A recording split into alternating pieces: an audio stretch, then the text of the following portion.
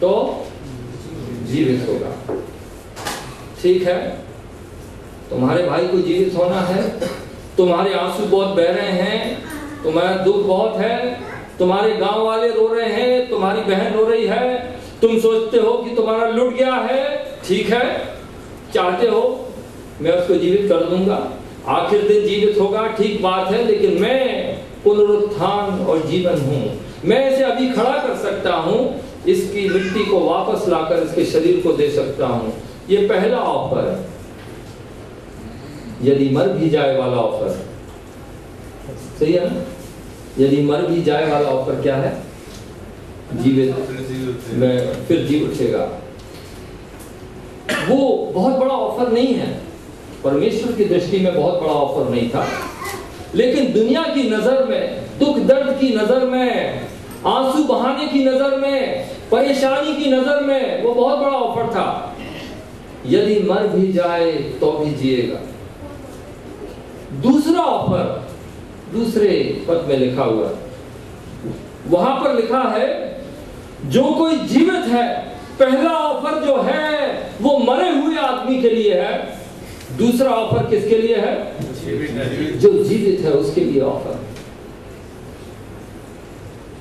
पुनरुत्थान में हूं और जीवन में हूं, इसका मतलब ये भी एक दो स्टेज में, एक तो जी उठना है और एक जीवन जीने की बात है।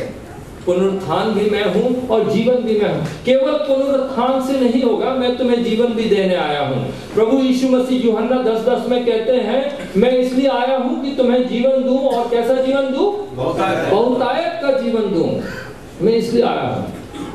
तो प्रभु यीशु मसीह रोती हुई मार्था के सामने बोले, वो आखिर दिन जी उठेगा, तुम्हारा भाई जीवित हो जाएगा, लेकिन रोना बंद नहीं हो रहा है।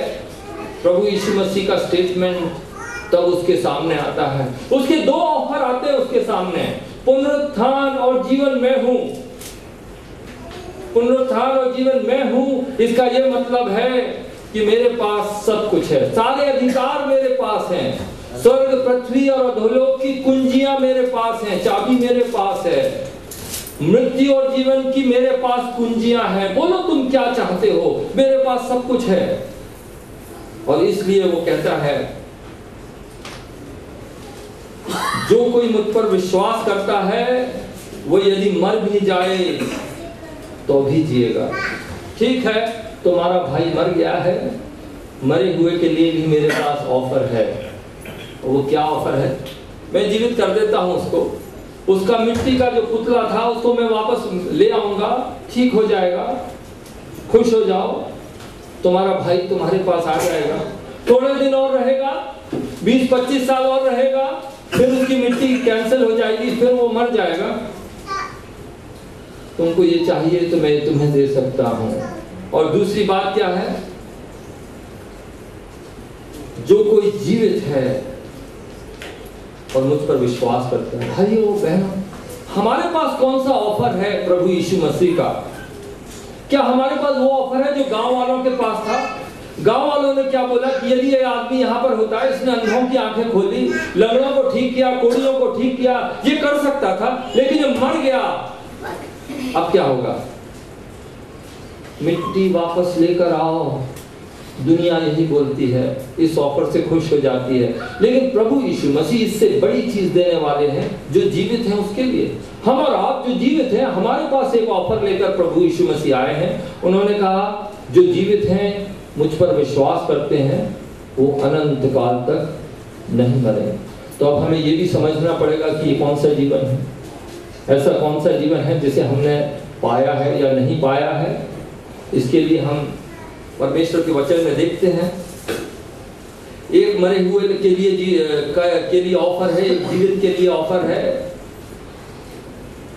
लाजर के लिए वो ऑफर था, लाजरस के लिए, और लाजर के लिए भी हम वो उसकी तस्वीर देखते हैं कि वो मर के गया और बेचारा वो कहां पर जीवित हुआ?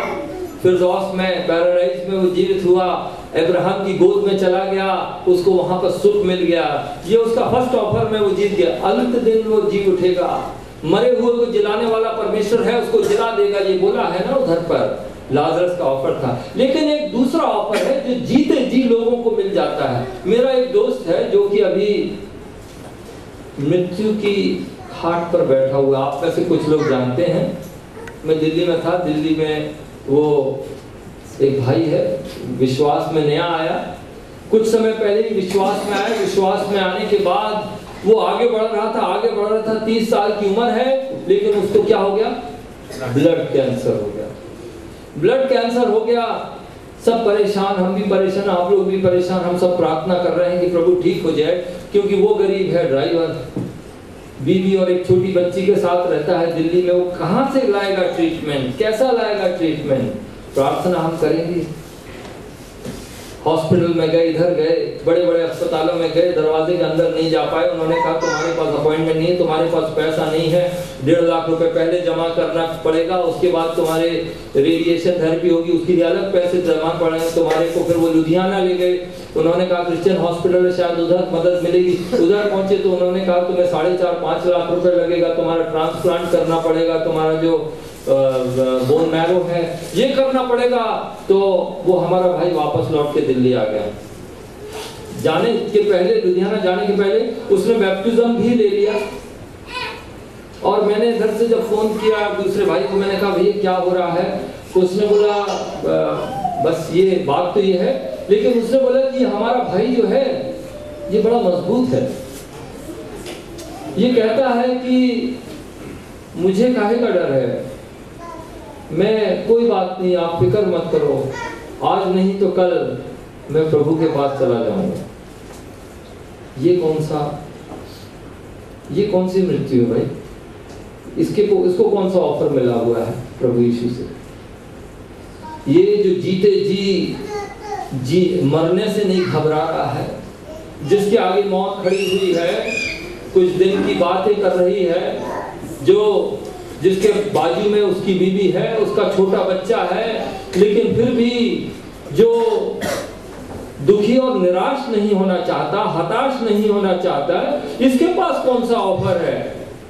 इसके पास वो ऑफर है जो लाजरस से बेहतर ऑफर है। इसके पास सेकंड ऑफर है। सेकंड ऑफर यह है कि वो जो जीवित है, मुझ पर विश्वास करता है, वो अनंत काल तक नहीं मरेगा। इस सत्य को जान गया है। उसने प्रभु यीशु मसीह पर विश्वास किया, उसने बैप्टिज्म ले लिया। उसके बाद वो कहता है ठीक है, डॉक्टरों ने मुझे छोड़ दिया है, अस्पताल से मुझे वापस भेज दिया गया है, मैं घर वापस आ गया हूं, मेरे लिए प्रार्थना करो। ठीक है, अच्छी बात है, लेकिन मुझे सब लोगों ने छोड़ दिया है, लेकिन मैं, कोई बात नहीं, मैंने प्रभु यीशु मसीह को पा लिया। उसके बाद लाजरस से फर्क वाला ऑफर है, सही है ना? सेकंड ऑफर, यदि तुम मुझ पर विश्वास करते हो, जो जीवित है मुझ पर विश्वास करता है, यदि वो मर भी जाए तो भी जिएगा। ये वाला ऑफर लेके वो वापस दिल्ली आ गया। प्रभु यीशु मसीह हमारे जीवन में काम करना चाहते हैं। हमें वो क्या जानते, कौन सा जीवन देते हैं? वो कौन सा जीवन है जो अनंत काल तक का है और हमें मिला है या नहीं मिला है? हम क्या सोचते हैं? क्या हम प्रभु यीशु मसीह के पुनरुत्थान की शक्ति में जी रहे हैं? क्या हम प्रभु यीशु के जी कर मरने के बाद, जी उठने के बाद हमारे जीवन में कोई फर्क आया है कि नहीं? या हम पहले ऑफर में टिके हुए हैं? बहुत से क्रिश्चियन हैं जिन लोगों को सेकंड ऑफर से कोई मतलब ही नहीं है, जो कि जीते जी जीना चाहते हैं, जिन्होंने अपने जीवन से, अपने शरीर से, संसार से इतनी मोहब्बत कर रखी है कि वो, उनके लिए जीवन बस दुनिया का जीवन है। मैं आपके लिए कुछ पद पढ़ना चाहता हूं, चलिए मेरे साथ। 2 कुरिन्थी 4:7 से 11 तक मैं पढ़ूंगा। 2 कुरिन्थी उसका 4था अध्याय और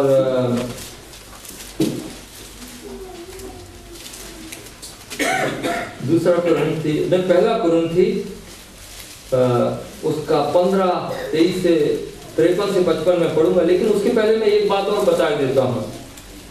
प्रभु यीशु मसीह जब कहते हैं पुनरुत्थान और जीवन में हूं, और जब वो सेकंड ऑफर देते हैं जो कि हम विश्वास करने वालों के लिए